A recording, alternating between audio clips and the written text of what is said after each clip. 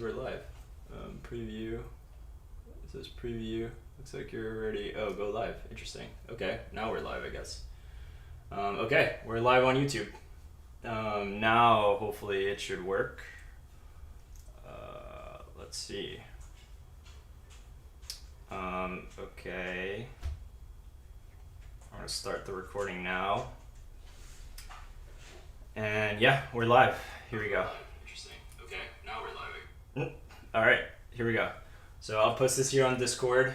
Pardon the general. I'll put this here in the general chat. Okay, wow, we have a lot of channels. Okay, I'll post this here in the general chat. We are live on Discord and YouTube.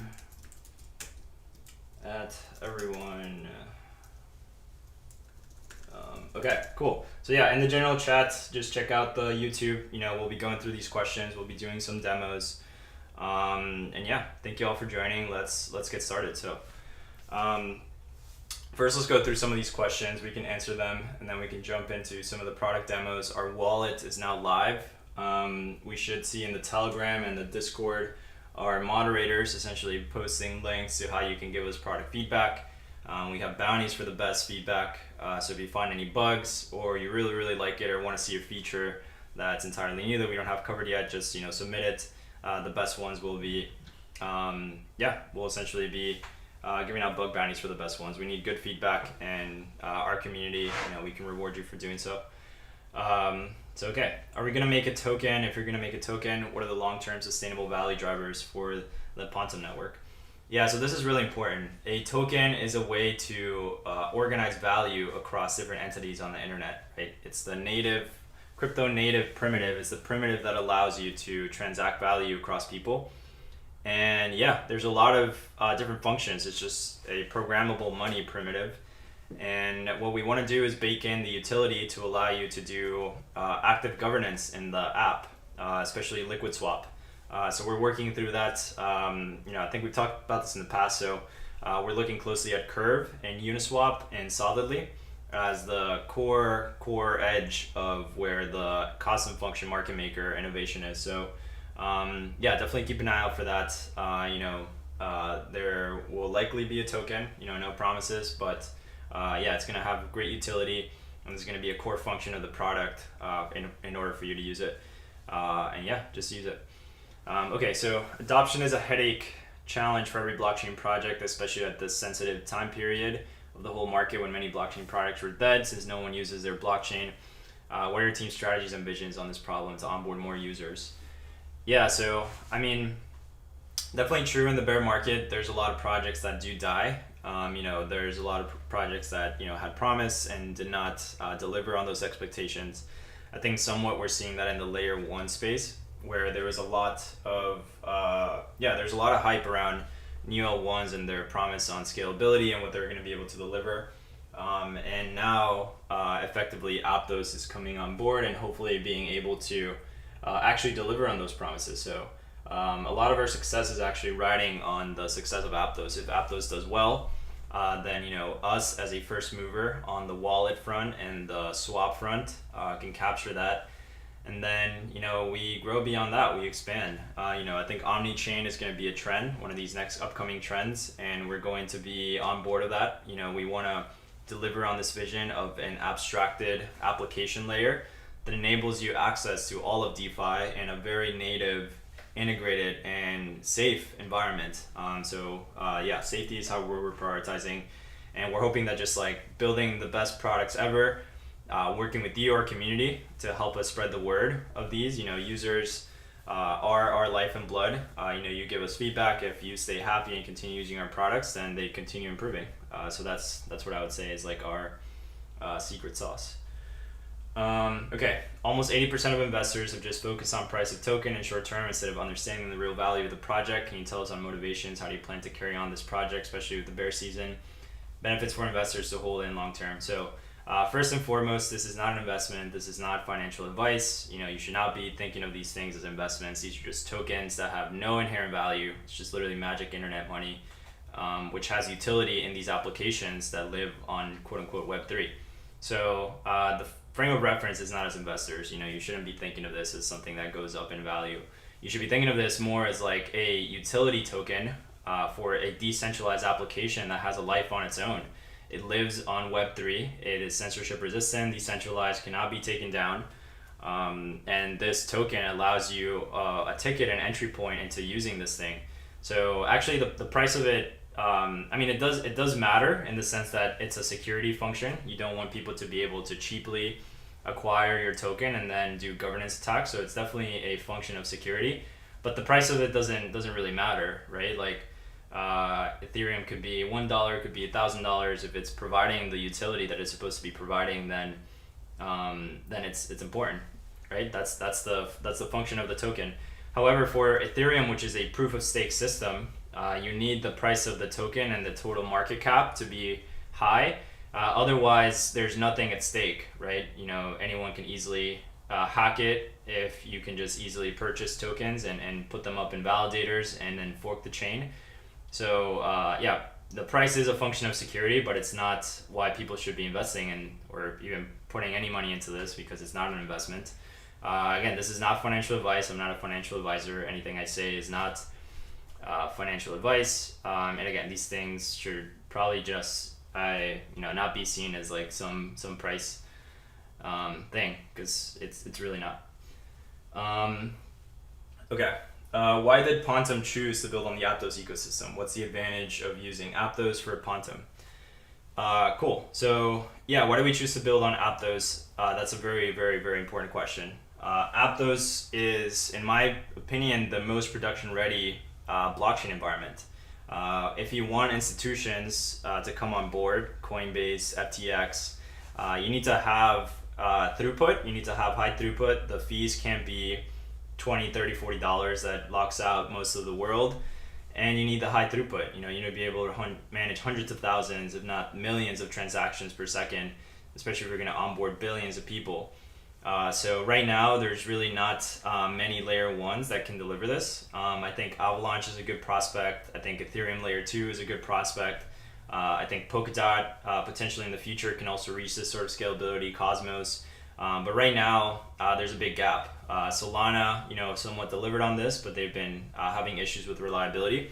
So this is a big, big opportunity for a new ecosystem to come on board and actually capture the market share where there is validated value. There's product market fit for a high throughput, low transaction fee chain that allows institutions and businesses to come on board and not have to worry about the chain going down, or not have to worry about their users paying $40 to send a transaction.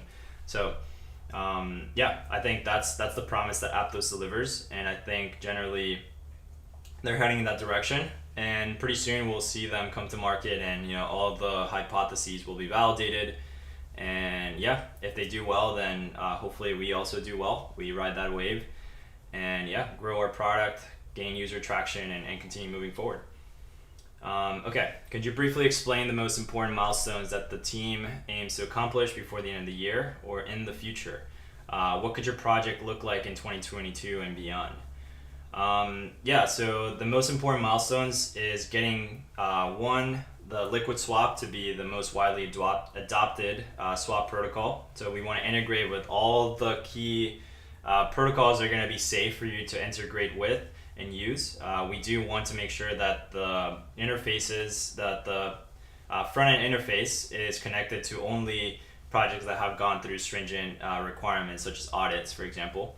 And then on the back end, it's fully permissionless, so anybody can plug into it. But we'll only be putting in the front end that we control and that we eventually decentralize and give to the community. Essentially, just the ones that generally have gone through the stringent controls of being audited. That stick to the principles of decentralization, that there's no backdoors to it. That's we're just trying to align with other principled protocols so you can have a safe, decentralized experience. And then the wallet too, right? We want to continue focusing and promoting our wallet, and we can go into that in a minute. Adopt our wallet. It's live now. It's on the Chrome store. Here I will post it in Discord. Please give us reviews. Let us know what you think. Again, there's bounties going on to make it. There's bounties going on essentially to help us find the best product feedback. Awesome. Bounty in our Discord and Telegrams.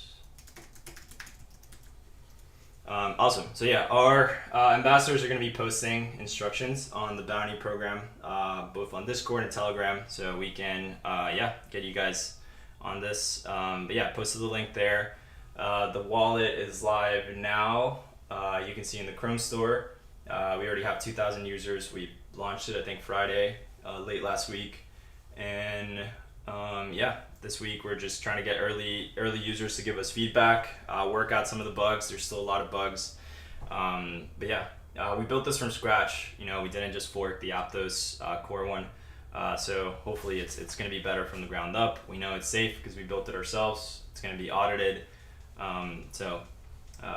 Take it, run with it. Let us know what you think. You can use it in Liquid Swap now. Let's see, I want to request some test Bitcoin tokens.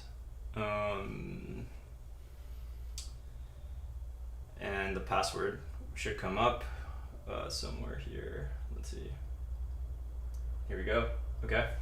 You have to submit your password in order to send this.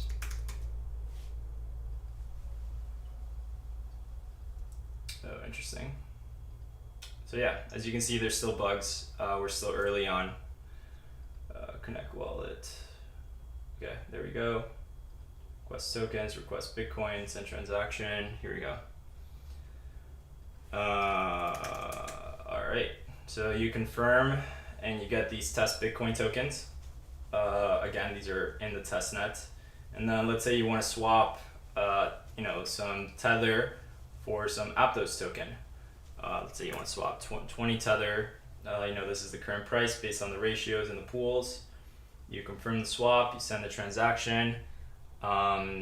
People are saying too many password. I kind of generally agree, but you want to be safe, making sure when you're sending stuff. So there will be timeouts for sure, just in case someone doesn't just take over your computer and start sending transactions. So and as you can see, your balance is updated. You can also add liquidity to existing pools. Let's say you want to add liquidity to an Aptos Bitcoin pool. This is how many LPs you'll get. You'll add the liquidity there. You confirm. You send the transaction. Those that are not on the YouTube, you can go on the YouTube to see the demo that I'm doing right now. And on the Twitter as well. Please someone post the YouTube link on Twitter. Then you can also create your own pools. You can redeem your LP tokens. Here are the stats. This is getting indexed from the blockchain. We have over 100,000 users that have been swapping. This is a great leading indicator, and just looking forward to the success to continue. Check out the wallet. We're going to be promoting it more thoroughly this weekend and into next week. So hopefully you can get up there, get 100,000 users on the wallet as well, as we have 100,000 users in our swaps. I think we can get to 100,000 downloads hopefully relatively soon. Let's continue going down the line. Could you briefly explain the most important milestones? That's what we just touched. Wallet, swaps. How is Liquid Swap charging fees? Is it going to be compared to Uniswap? So it's going to be very similar to Uniswap and Curve. The liquidity providers are going to be getting fees. And then potentially for other utilities, such as directing emission rewards to pools, people will also be receiving fees. So the model is generally very similar to Uniswap and Curve. So keep an eye out for that. Liquidity providers get the fees. We're likely going to be doing native fees. So that means that if you're providing liquidity for, let's say, Bitcoin and Aptos, you get your fees, you get the trading fees of people trading on Aptos and Bitcoin. So, we're not forcing you to buy our token with that. We're not forcing you to swap into our token. So that should be a benefit. That's a new feature that at least that I haven't seen and not many have. So yeah, that should also be useful. Okay. How is the Pontem team planning to create an NFT badge for their community in the future? Yeah, so if you missed the alpha last week, we showcased what those NFTs will look like. There's various, if you're an ambassador group, you're going to be first early adopters to this. We're looking at doing badges, we're looking at doing the avatars, the PFP or profile picture avatars. So keep an eye out for that. Potentially, some of our community managers can hear, some of our community managers can hear also post it to give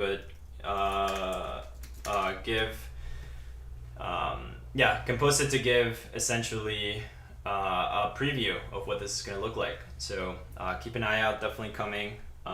It's here, we're just publishing it, but keep in mind that generally this stuff is not going to be actually live on a blockchain until Aptos is live. So we can start testing it on the DevNet. You can start, using it, putting into, some of the NFT marketplaces. But generally, we're moving in this direction. So keep an eye out. We definitely want to do more stuff in NFTs.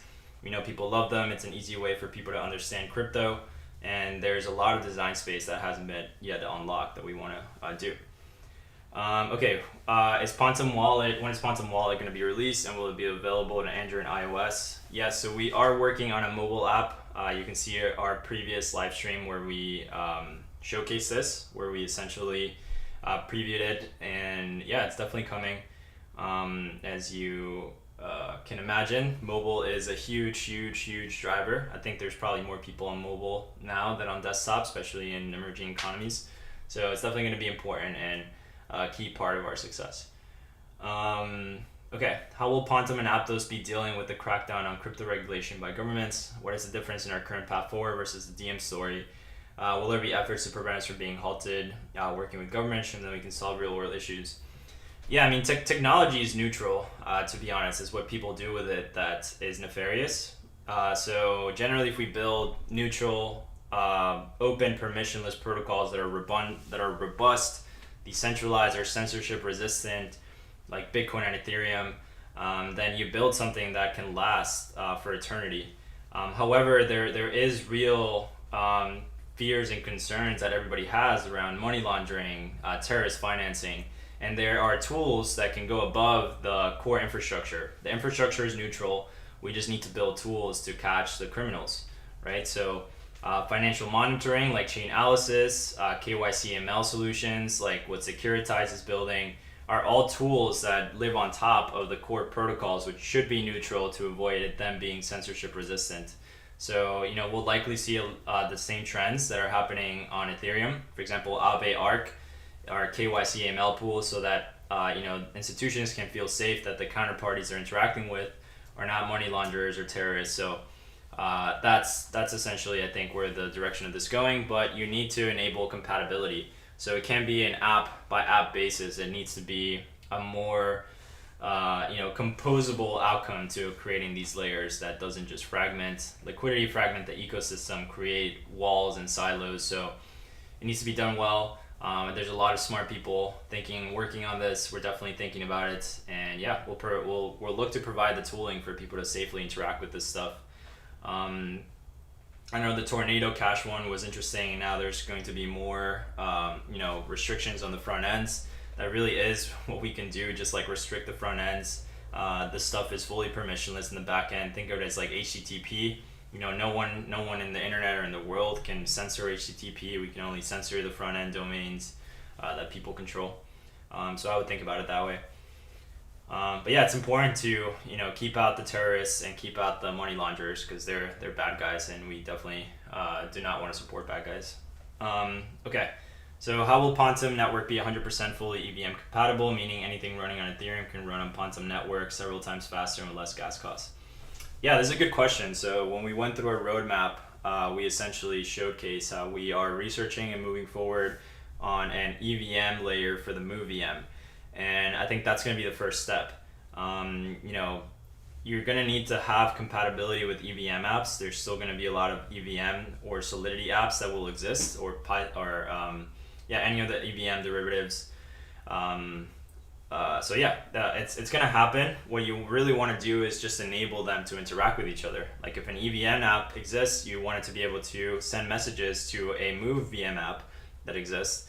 And part of that, there's a lot of challenges, right? If they're in two different chains, then you need some form of inter-protocol messaging layer or a quote-unquote bridge, like layer 0, that allows that compatibility. If it's on the same network, you need a runtime compatibility layer. So for example, the EVM that compiles to Move bytecode or translate the Solidity bytecode to Move as a compatibility layer. So there's various ways to approach solving this issue, but definitely agree that there shouldn't be silos between the different runtimes, and that's one of the challenges that we're trying to essentially get over, so that this can be a more open and compatible and standard ecosystem.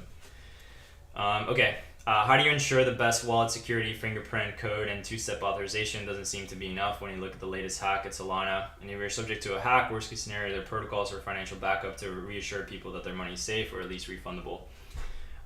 This is a good question. What happened in Solana, I would say was, I don't have a ton of the details around it. So, this is just disclaimer that I'm not as fully aware, but we are looking into the research of it.